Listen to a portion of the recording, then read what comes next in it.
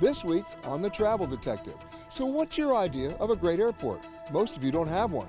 And for the rest of you, a great airport is probably the one you don't remember. But every once in a while, there's the exception to the rule, and we found one. It's dynamic, innovative, and actually passenger-friendly. That's our cover story.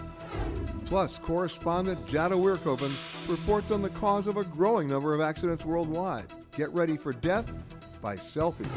And then, it survived the Civil War, fires, hurricanes, and the Great Depression. The Grand Hotel Golf Resort and Spa in Mobile, Alabama. A true hotel with a past. I'm Peter Greenberg. All that and more on this edition of The Travel Detective.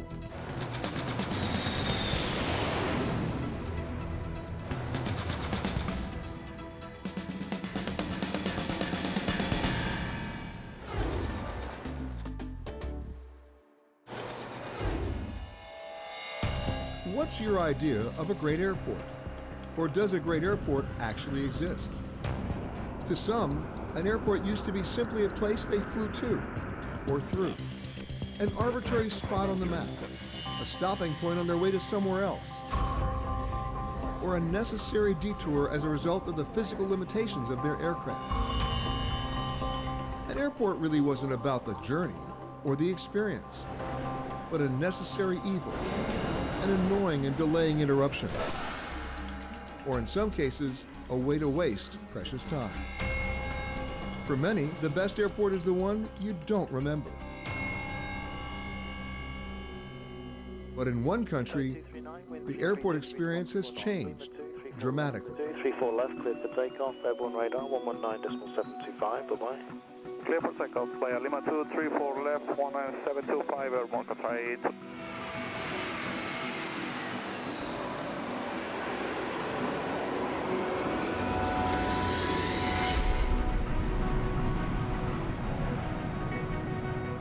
Welcome to HIA, Hamad International Airport in Doha, in Qatar. One of the most advanced, innovative airports in the entire world. It's also one of the biggest. But what sets this airport apart from all other airports on the planet, it was the only airport designed top to bottom by an airline itself. After all, it makes sense. Who better to design and build an airport than the airline responsible for flying you there? A hometown airline in a major international hub should know more than anyone about what works. And even more important, they should know what doesn't work. And what works they built into the design of Hamad International from day one, when it first opened in 2014. This wasn't by accident, but by design. Hamad International is not just another airport, but an aerotropolis strategically positioned and created. No longer just a series of concrete runways and utilitarian buildings, but a living, breathing city in the desert. There are the terminals, the check-in areas, the stores, restaurants,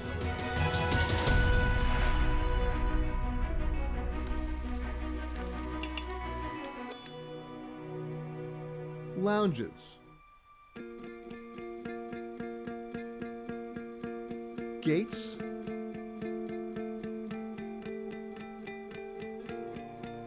catering,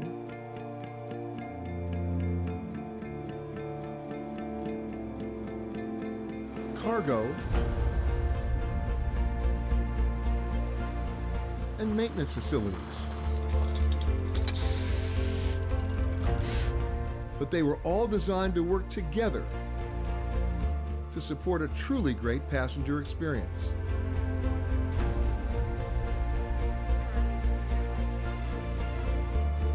And it starts when you enter the airport.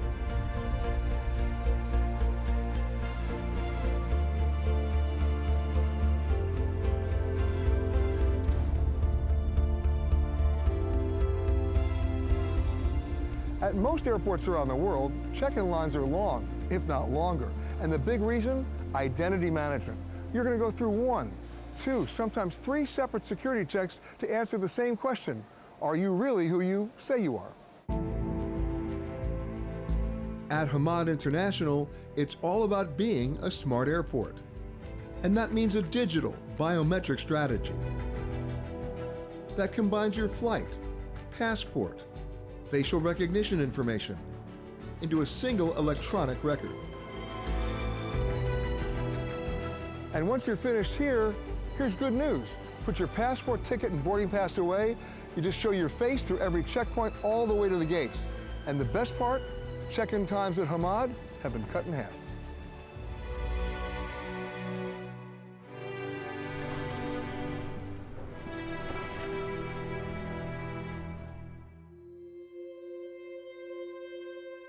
One of the keys at Hamad is connectivity and speed.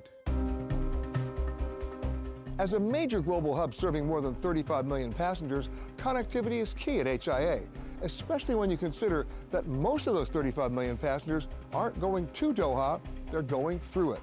And every single one of those transfers happens under one roof in only one terminal, the size of about 75 soccer fields.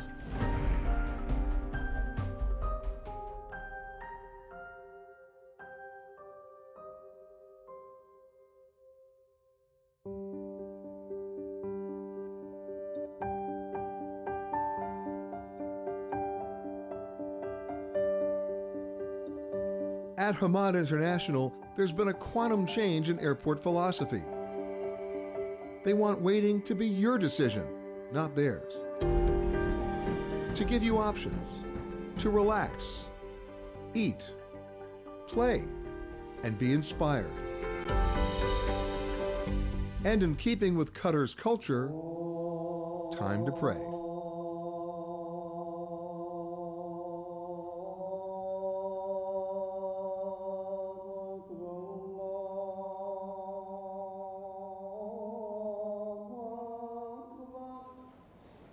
Other than the calls to prayer 5 times a day, this airport is remarkably silent. In fact, it's almost all too quiet. Look behind me. You see a lot of activity? That's remarkable considering that Hamad International handles more than 222,000 flights a year. The airport also has a world-class art collection with rotating exhibits supervised by Qatar Museums. A 100-room hotel where you can play a round of golf, a game of squash, even swim between flights. There are quiet zones for sleeping. 12 lounges spread across the terminal, and an incredible duty-free. This is definitely not your typical duty-free experience. For starters, think 70 high-end retail stores, and then there's the real secret of Hamad. Inside the terminal, there's a staggering 40,000 square meters of food, beverage, and retail. In fact, 70 separate high-end retail outlets. Chances are you're going to recognize most of these stores, and while you're looking at these well-known brands, what you don't know is that here at HIA, it's the airport that owns the stores. What does that mean? They've kept the prices lower than on the street. Add to the fact that it's also duty-free, and it's a win-win situation for anybody going to or through HIA. And then there are the things at Hamad International you don't see. A short drive from the terminal takes you to the state-of-the-art catering facility, one of the largest in the world, capable of producing 150,000 meals a day. This building spans an incredible 69,000 square meters. It's amazing. Nearly 2,000 people work here, including 350 chefs. There are chilling rooms. Then the hot kitchens. Catering trucks are constantly on the move. And it never closes. Something is always being cooked, heated, chilled, frozen, and delivered. And the best part? The cold food stays cold, and the hot food stays hot. It needs to, because the on-time performance at the airport is perhaps the crown jewel of the entire operation. My advice? Try to remember that it's still an airport, And don't stay too long at the pool.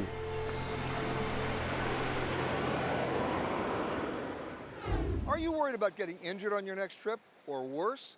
Our correspondent, Jada Workhoven, has a report on the growing number of travelers who are putting themselves in harm's way by doing something really unnecessary and really stupid. And she's got the pictures to prove it.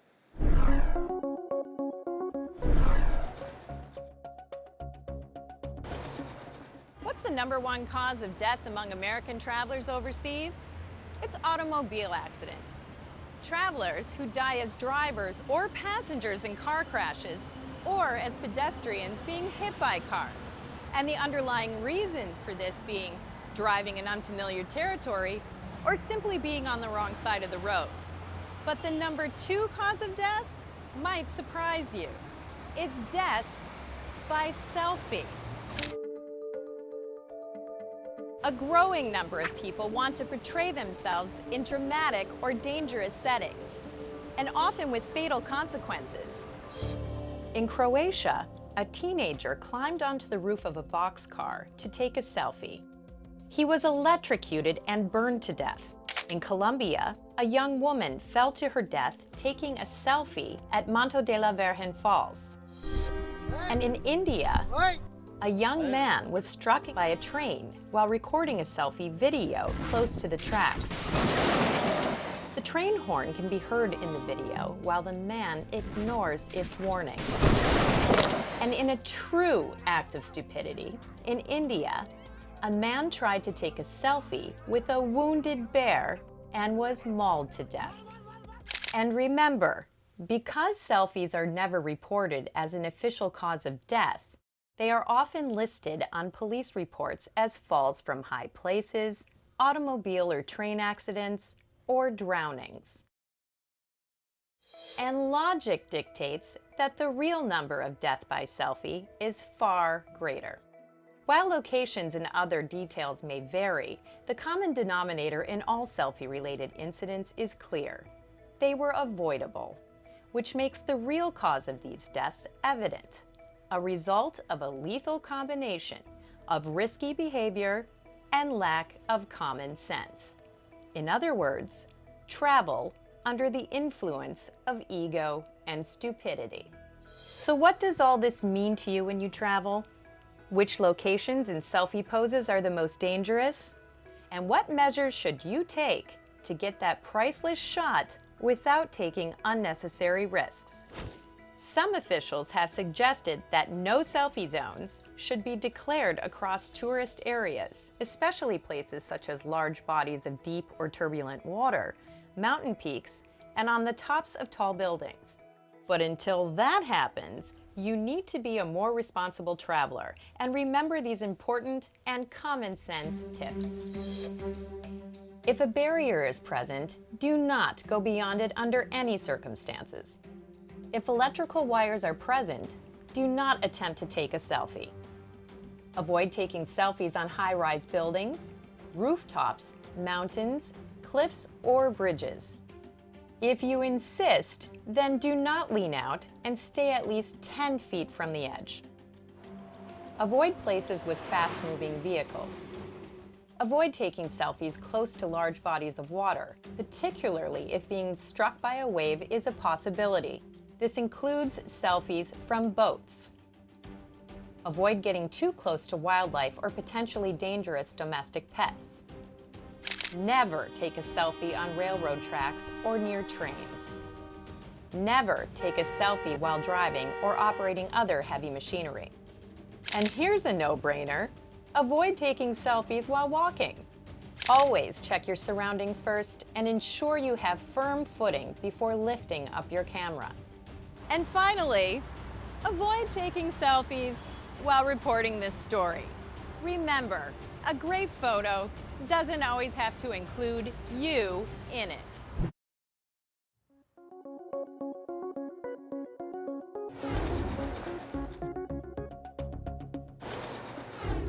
There's a good chance that most of you have never been to Mobile. And even if you have been to Alabama, an equally good chance you haven't discovered the history or its coast. But if you head east about an hour outside of Mobile, you'll come here to Point Clear. It's only on about 5.5 square miles, but that's where you'll discover the Grand Hotel Spa and Golf Course. It dates back to 1847, and it survived everything from the Civil War to Hurricane Katrina. It's truly a hotel with a past, and a great story to tell. The hotel goes back more than a century. It survived the Civil War, hurricanes, fires, and the Depression. And each time it's been rebuilt. But as its history confirms, the Grand Hotel has never been redefined.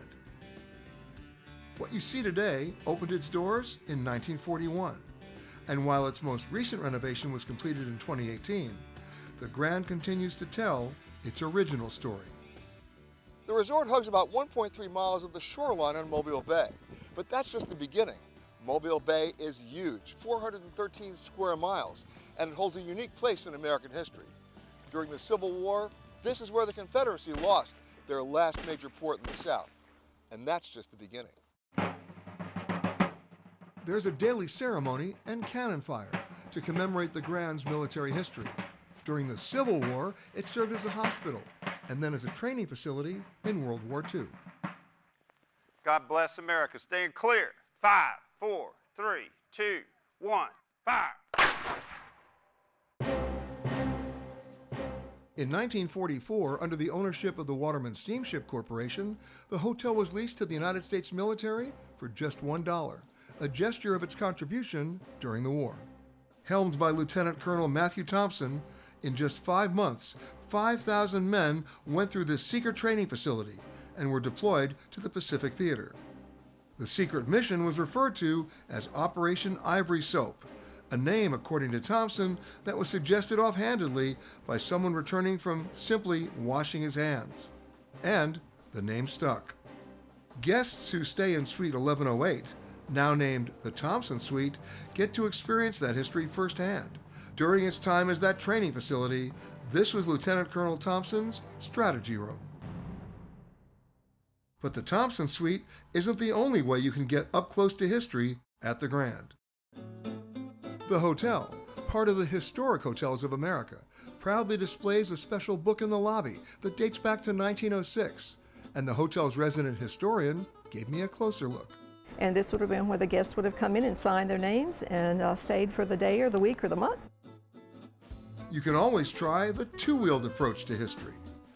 The Grand is located on about 600 acres, and one of the best ways to see it is by bike. The trails will take you out of the cabanas and the beach, but the cool part is going beyond that, to the Confederate Cemetery, the expanded gardens. Even the chef has a garden. What a convenient surprise. It's located next to the kitchen. So, Chef, what are we making today? A Southern Alabama-style gumbo. Alabama's known for blue crabs. Corey Garrison, the Grand's executive chef, sticks closely to the original Alabama recipe. And then we have some wonderful oysters and some Gulf fish as well. And stuff from the garden, too. The tomatoes are from the garden, the bell peppers from the garden, and then the fresh herbs that we're using are from the garden as well. First, we built the base, using a chicken stock and, of course, Alabama shrimp. Then what the chef refers to as the gumbo's trinity: onions, bell peppers, and celery. There's also the roux, tomatoes, and of course, okra, and lots of it. After a lot of time, and just a few ingredients, our gumbo is finished. Well, that's what you call gumbo. No. South Alabama gumbo. Okay, I'll live with that. There's Alabama gumbo, but as I've learned, there's also another local tradition maintained at the Grand. Listen for the ringing of the bell. You'll hear it every day, in the late afternoon or early evening. It's the call for everyone to stop what they're doing, look up, and appreciate the Southern Alabama sunset. This may come as a surprise, but the airlines are actually losing less of your luggage these days, and the Wall Street Journal's Scott McCartney has a pretty good idea why.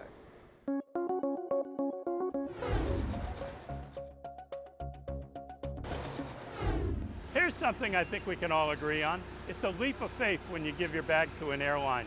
But I've got some really good news. Airlines are losing a lot fewer bags these days. These tags are one big reason why. They're getting scanned much more often. I think the numbers may surprise you. Over the past 10 years, airlines worldwide have had a 70% reduction in the rate of mishandled baggage. That's the industry term for lost or delayed luggage. In 2016, the rate improved 12% worldwide. That kind of dramatic swing really makes you wonder what airlines were doing before. Not much, right? Scanning technology has been around a long time, used by shipping companies, grocery stores, you name it.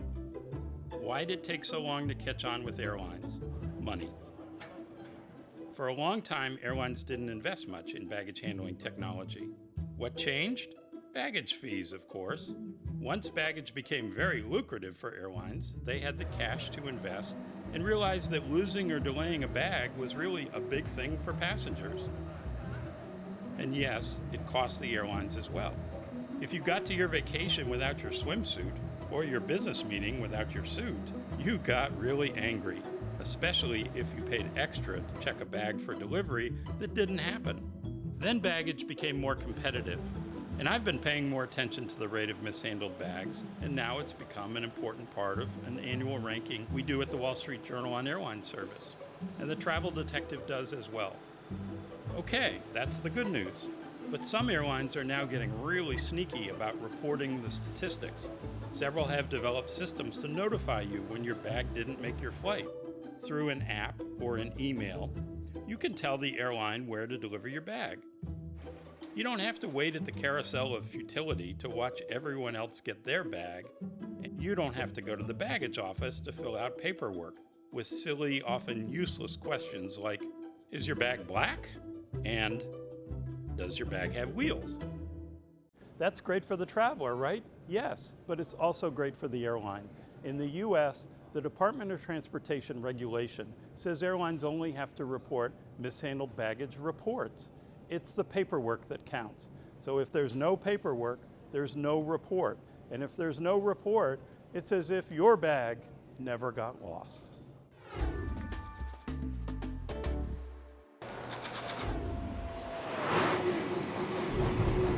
Greetings from the Eurostar going between London and Paris. Every day I see lists of things that people publish, the essentials, the must-have items they have to take with them every time they travel, by plane, by car, or by train. Things that if you don't have them, you're going to get in trouble. And pretty much, well, they're pretty good items, except one that everybody always forgets, the USB flash drive. Why? Well, think about it. It's an essential because it allows you to store and share information, vital information. Your passport, your airline tickets, your credit cards, things and information you need to have in case you happen to lose them, right? If the unthinkable happens, hey, it's all right here. But we're just getting started. Getting stuck in a foreign country with no ID, money, or proof of insurance can be a huge headache, and in an emergency, life-threatening. But traveling with a USB flash drive with all of your information could save your trip and maybe even your life. A small flash drive is all you need to back up your important information. You can even mark your drive with a little red cross so that EMTs, doctors, or police will know to look at it. You should create a file titled Emergency on the drive and include your full name, address, and emergency contacts with phone numbers and email addresses. You should also include your health information, such as a scanned image of your insurance card and a list of your medications and your allergies. And to keep your private information and important travel documents safe and secure, you should scan images of your passport, driver's license, credit card, and debit cards to an encrypted folder on your USB. Make sure you keep your flash drive in a secure place, like on a chain, like wearing it around your neck.